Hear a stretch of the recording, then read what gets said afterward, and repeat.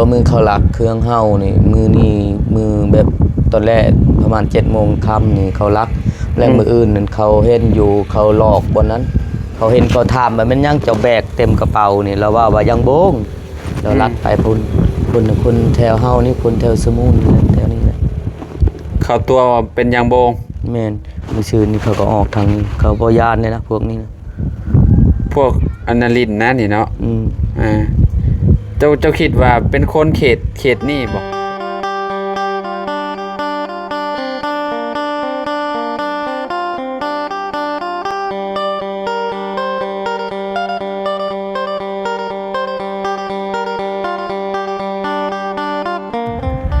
มาพี่น้องเนาะก่อนเดินก็สบายดีและสวัสดีเด้อพี่น้องเนาะ FC บัสสุขูสุคนมาพบกับพ่อน้องเลี้ยงสบายดีเด้อเนาะเป็นไดบ้านนี้งามเนาะบัดนี้เนาะถ้าเวียกลายจะเฮาจนบ่ม่วนอยู่บ่ได้เลยฮะเขาลักหมดเครื่องอยู่โรงงานเฮาเขาลากเครื่องอยู่โรงงานจนเบิดหมดเลยให้เผาซะตอนนี้ไม่ได้มันฮักเลยบ่ฮะว่าไผเผาอยู่โรงงานซะตอนนี้สุกี้สุกี้เผาโดนมือค่อยไปเนี่ยค่อยไปส่งเมียคอยประมาณเมื่อที่มันเสียฮะเจ้าเมื่ออันนั้นพาเมียเจ้าเมื่อเนาะแม่นวันนี้แล้วนั่นกะเฮาเมื่อเฮานั้นหมอนั้นเจอคน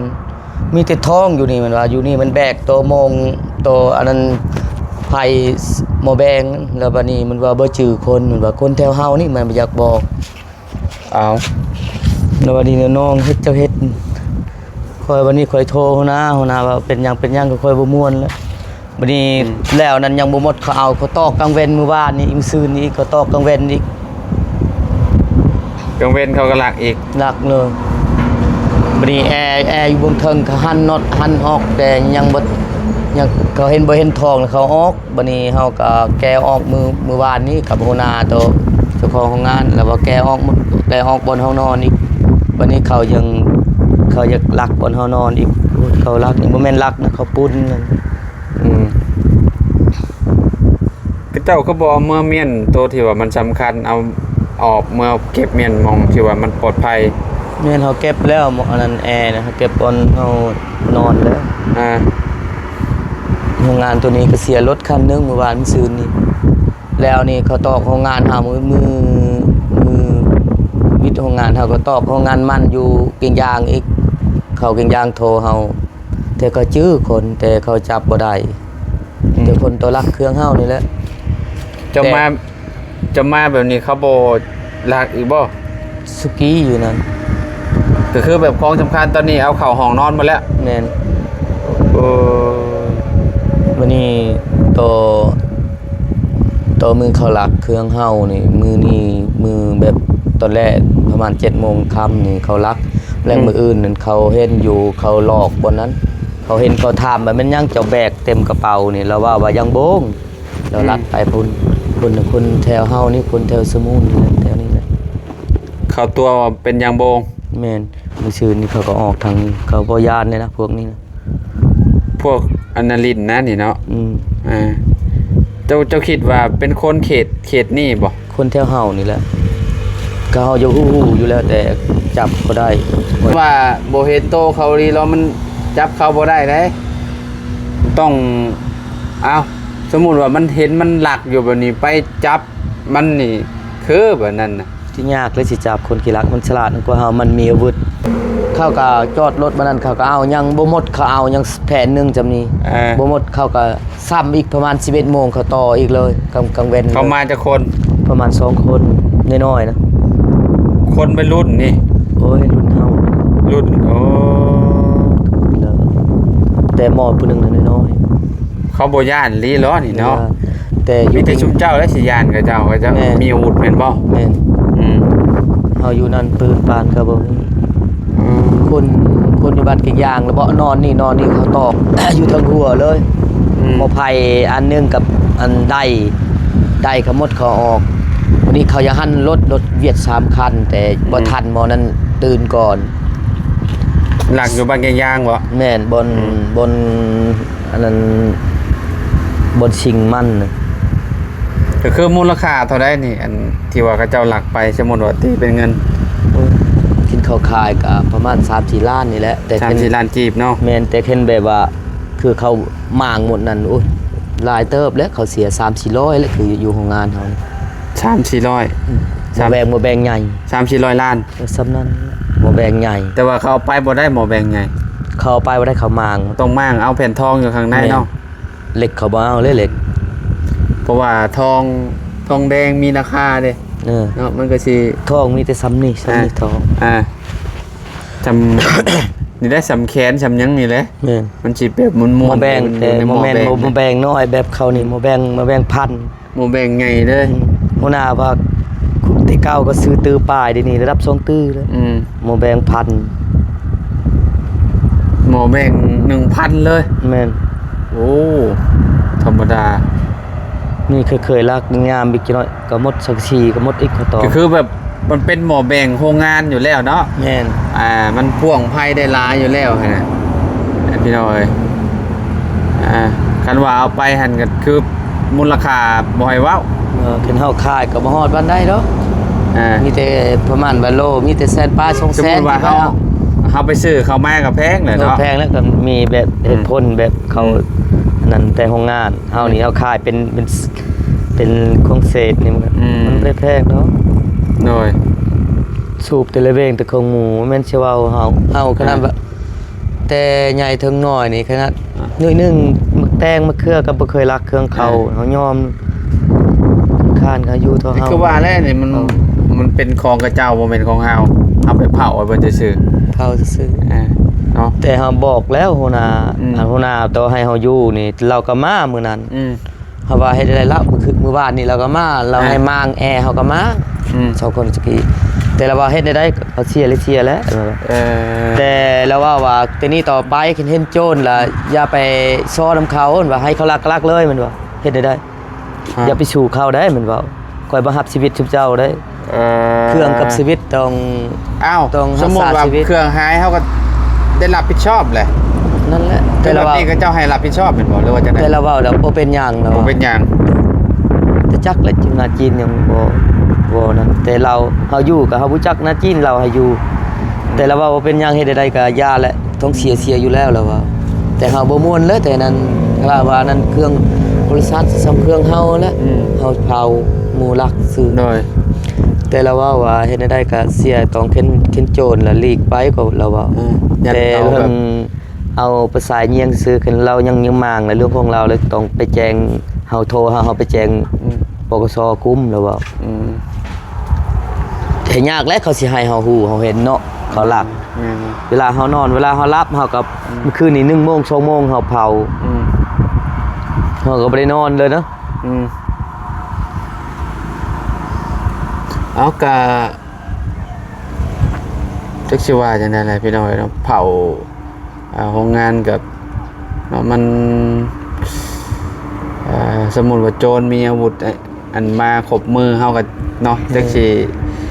สู้เขาได้หรือบ่เฮาก็จะเป็นต้องหลบลี้ก่อนแหละเนาะเอาชีวิตตัวเองก่อนแหละ โดน มื้อนั้นก็เจ้ายิงปืนนำบ่หมดน่ะ ปืนเขาถือปืน โอ้อันตรายได้เสียเนาะอันนั้นนะไอ้ว่ามันเหลือกับต้อมเมี่ยนนะทราย เด้อ ต้อมเมี่ยนเพื่อว่าได้เห็ดนั่นเห็ดนี่อีกเด้ เด้อเฮาสอบบนนี้แล้วสอบบนเก่าแต่เฮา แม่นเฉาะเอาอันโฮมกันเมี่ยนนั่นแหละ เด้อ พี่น้อยเนาะให้ทางID เพิ่นเอาใส่บอลที่ว่ามันเป็นหม่องห้อยจิ้มจุบเข้ามาเหยียบมาหยังนั่นแหละพี่น้อยเนาะมันเป็นคุ้มๆเจ้าก็อันปูนที่มันเหลือน่ะเอามาหยดใส่แล้วก็คัดน้อยนึงก็ได้แล้วเนาะนี่เด่นนี่มันเป็นรูนี่นั่นนึงเอาใส่เลยเอาปูนน่ะมาใส่รถ บนนี้เนาะ นี่ นี่เนาะ ใส่รถน้อยเนาะหลบมานะมาเมื่อวานนี่พี่น้อยเนาะน้องเลี้ยงบ่ได้อยู่นะเพิ่นก็เลยขึ้นมาพ พี่แหละมาทดสอบหม่องมันเย็นๆเพิ่นมักแต่แท้ได้หม่องเย็นเอาใส่รถอืม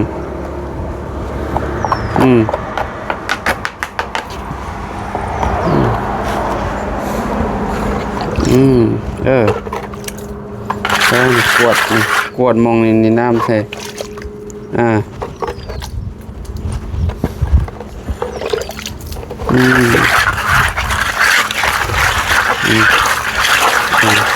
ลมนี่มันลมมันเป็นโฮอยู่นั่นน่ะ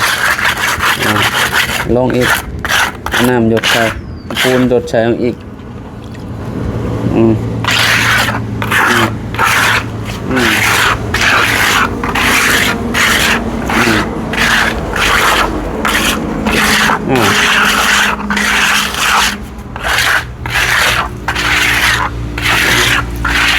เย็นได้บ่นี่เจ้าเอาอันน่ะเอาเตียงเข้ามารถบ่นี่ จะเป็นตัดเตียงตัวนี้ยานเสียใหม่มันมีใหม่ ตัดนั่นแหละ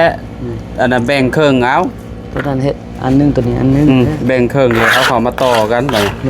ก็ได้แหละเพราะว่าเพิ่นเฮ็ดใหญ่เด้พี่น้องแล้วเพิ่นจึงได้ใหญ่บัดสุดท้ายก็เอาเข้ามาบ่ได้เข้าห้องเฮือนนี่กองตารางนี่มันผัด3 เมตรปลายผู้จักอันน่ะความยาวความกว้างก็ได้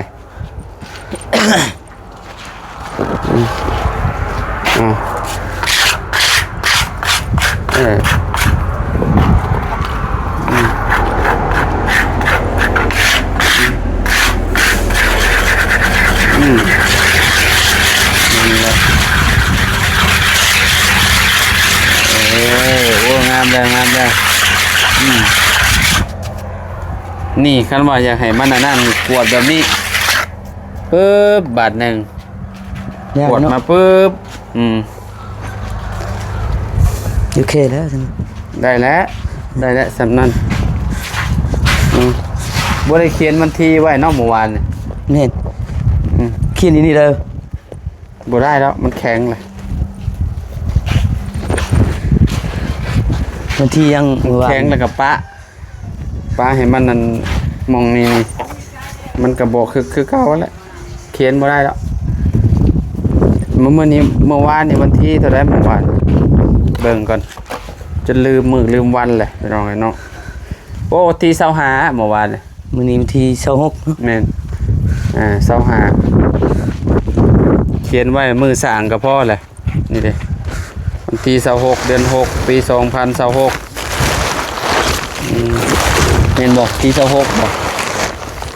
สั่งจันเขียนวันที่29ตินี่หน่อยเนาะเอาไว้เอาผสมเทหมองอื่นก็ได้นี่เทหมองนี้ก็ได้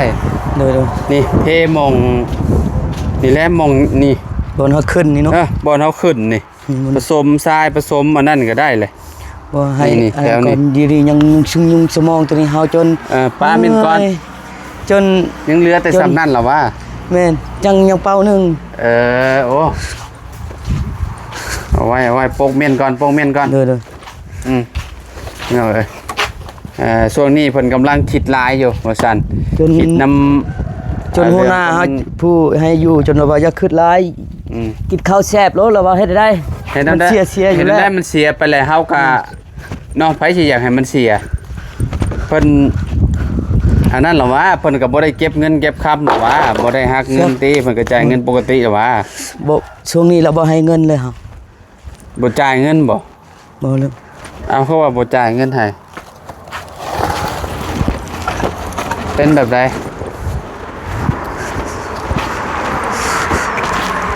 ได้เงินจักเดือนแหละเงินน่ะ2 เดือน 3 เดือนบ่ได้รับนะโอ้พี่น้องเอ้ยเนาะพอดีถึกมันเป็นเหตุนี่แล้วเลยแฮงกระแทกอีกสิเฝ้าให้เขาเจ้าฟรีชื่อแล้วเนาะแม่นแล้วกันบาท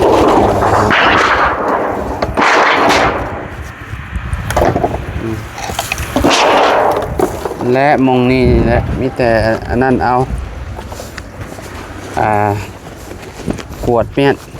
มาคีนก็เอาไว้ เฮ็ดอย่างอื่นอีกเนาะสมมุติว่าได้เฮ็ดห้องน้ำหรือว่าเฮ็ดเฮือนนี่เนาะเนาะ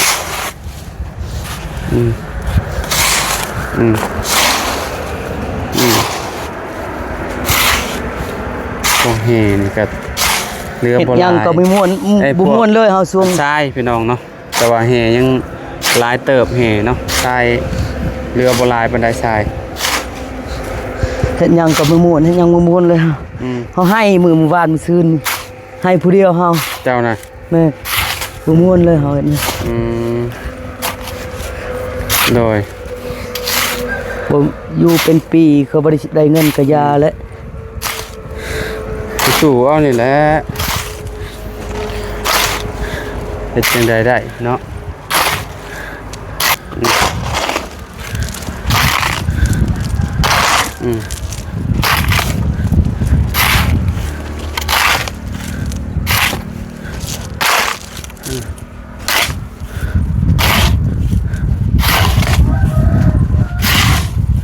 กินข้าวก็บ่แซ่บบ่ บ่แซ่บเลย นอนก็บ่หลับ แม่เมื่อคืนนี่ก็2 โมง คิดหลายเมียเมื่อได้ไปหาว่าเมีย เมียให้ไปเอาก็บ่ไปเอาแล้วบ่มีเงินไปใช้ละมันรถส่งมาก็อุกอังแน่เว้ยถ้าว่าเจ้าจะเมื่อก็เมื่อบ่จักเมื่อแล้วก็ยาแล้วเฮาว่าใช่มัน เอาคือว่าสั้น นั่นแหละเฮาแบบเฮาอุกอังเลย เอาไปหับเพิ่นมาก็สิได้มาเป็นกำลังใจให้เด้ ใจมวนอยู่ผู้เดียวนี่คือ อยากอยู่ผู้เดียวช่วงนี้อยากอยู่ผู้เดียวก่อน อยู่ผู้เดียวก่อนจะน้อยแล้วว่า ฮะ ค่อยให้พี่น้องเราส่งเฮาว่า ละมันค่าละมันเฮาให้เฮาว่าบ่มีรถอีกแล้วว่าชาสมุทรบานเนี่ยบ่มีรถเลยเฮาว่าเฮาว่าอยากเที่ยวไปเที่ยวมาเลยยุ่งชั่วโมงเฮาว่าเบิ่งปะบ่ได้เลยโรงงานนี่เมื่อวานนี่ก็โจรระแวงแถวนั้นแหละโจร โอ้ยพี่น้องเอ้ย ดินเข้าหน่อยนึงก็บ่เป็นหยังแล้ววะหนูว่าดินนี่กอดหน่อยนึงก็บ่เป็นหยังเลย สับนั่นแหละพอเลยพอเลยคือเฮานี่บ่ได้เงินเท่าออกแล้วเฮาบ่อยู่แล้วไปหาเฮ็ดงานใหม่รถหรือว่าจังใดผูกพันอยู่หั่นบ่ เฮาก็ยังออกแล้วแต่ ฮะ เฮาก็ยังออกแล้วก็เทิร์นว่าอันนั้นแบบใหม่ๆนี่อยู่ก่อน เอาให้กับเจ้าหาคนอื่นได้มาอยู่แทน แบบคือว่าโพดเสียเครื่องใหม่ๆนี่คือเฮาลีกอันนั้นนะ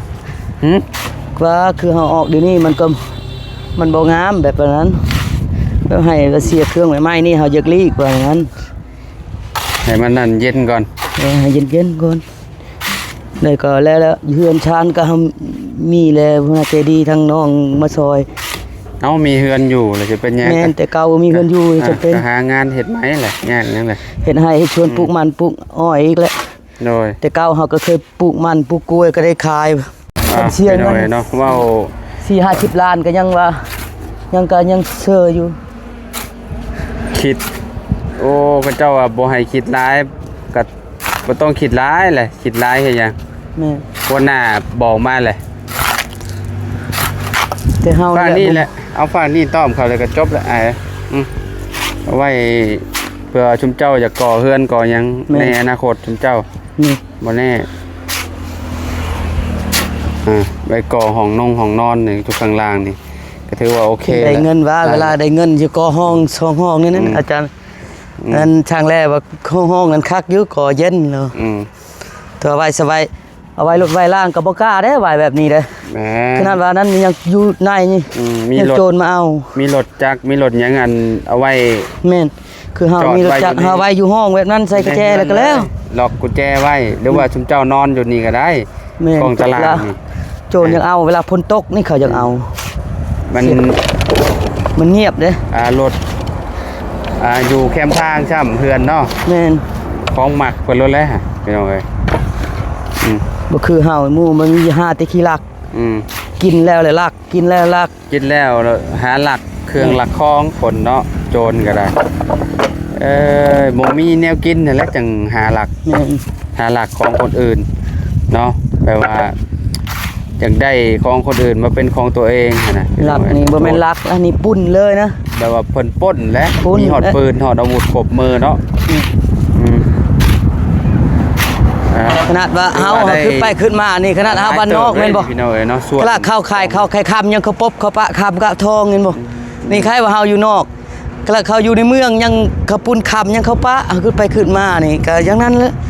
หัวหน้าก็ว่าจะขึ้นเบิ่งแม่ว่าทองอยู่ในเมืองยังเขาปุ้นยังเอาปืนจี้ยังเขาปะทองแล้วว่า ย่านอยู่บ้านนอกเขาแฮงบ่ย่านแล้ว แม่นแล้วว่าต้องเจ้าเอาไว้ชีวิตรถหัวหน้าว่าเชียร์ก็เชียร์แล้วเฮ็ดได้ อืม เข็นมันมาเลยยับเข็นมันลักเลยยับไปไล่มันว่าคอยบ่รับผิดชอบได้หรอว่า แม้แหละสมมุติว่าเขามีปืนมีหยังมีอาวุธเด้อ แม่น เขายิงใส่เฮานี่คือว่าแล้วสมมุติมีปื มัน น ว่าพวกขี้ลักนี่คุณรออยู่แล้วคุณแบบเลือดตายแล้วมันว่า แม้นเขาโซ คน ตาย ต้อง แล้ว สู้ต้องเสี่ยงชีวิตอยู่แล้วเขา แต่เฮามื้อนั้นเฮาไล่นี่ บ่ เฮาไล่อยู่ป่าหัวหน้านี่ไปบอกพ่อเฮาจะไปบอกแม่ โอ้ ดีนั่น เฮารับชีวิตบ่ได้เลยเราไล่โจรว่า เออ เราบ่ย่านเลยย่านแล้วเฮาสู้ตายแล้วเฮาเครื่องเชียร์ว่าเครื่ ย่า อน งงูก็ซ้ำเครื่องเฮา เขาก็ย่านเป็นโทษเป็นหนี้เขาติ แม่น เออ เฮาอุกอั้งเฮาว่า แต่อันเสียแล้วก็บ้องไว้เด้ออ้ายเด้อ โดย โอเคซะเดี๋ยวไปหากินข้าวก่อนนะดิ โดย เนาะจึงได้ก็ อ้าย สู้ บ่ ๆแล้ว กิน เจ้า ข้าว ก็ได้ เลย เด้อ โดย เป็นกำลังใจ เห็นเราบ่ได้มา ให้คือเก่า นี่บ่ม่วนเลย โดยอย่าคิดร้ายอย่าคิดร้าย โดย ไปหับแน่เมียก็ได้เนาะเฮ็ดไปหาเพิ่นหรือว่าให้ญาติพี่น้องเพิ่นมาส่งก็ได้เนาะ ไอ้ย่านอยู่โรงงานนั่นแหละบ่มีไปมาเบิ่งผู้เดียวสุกี้ยัน โดย บ่ไหวก็สิให้พี่น้องเขาไปส่งเฮาว่าค่าละมันก็ค่อยก็ให้เฮาว่า มา ถ้าว่าหมดบ้านบ่มีรถ เบิดบ้านมีอยู่ดอกรถนะ แม่น เนาะโอเคไปป้าแล้วสบายดีได้เด้อ เด้อสวัสดี โอ้ยพี่น้อยเนาะเศร้าใจเราก็ได้บ่กินนอนก็สิบ่ค่อยอยากหลับแหล้วอันเรื่องเขามาปล้นอันนี้แหละมาหลักมาขโมยพี่น้อยเนาะขโมยอันทองพี่น้อยเนาะทองแดงเนาะอยู่ในโรงงานนั่นแหละพี่น้อยเพิ่นก็คิดลายเพิ่นก็ได้เนาะเมียกับจนบ่ได้ไปหับเมียมาเพิ่นก็ได้เนาะเอาไว้พ้อกันใหม่พี่น้องอยู่ดีมีแฮงบ่สุขทุกคนเด้อพี่น้องเด้อขอบคุณหลายๆที่มาหับชมคลิปเนาะเอาพ้อกันใหม่ขอบคุณหลายๆสบายดีเด้อ FC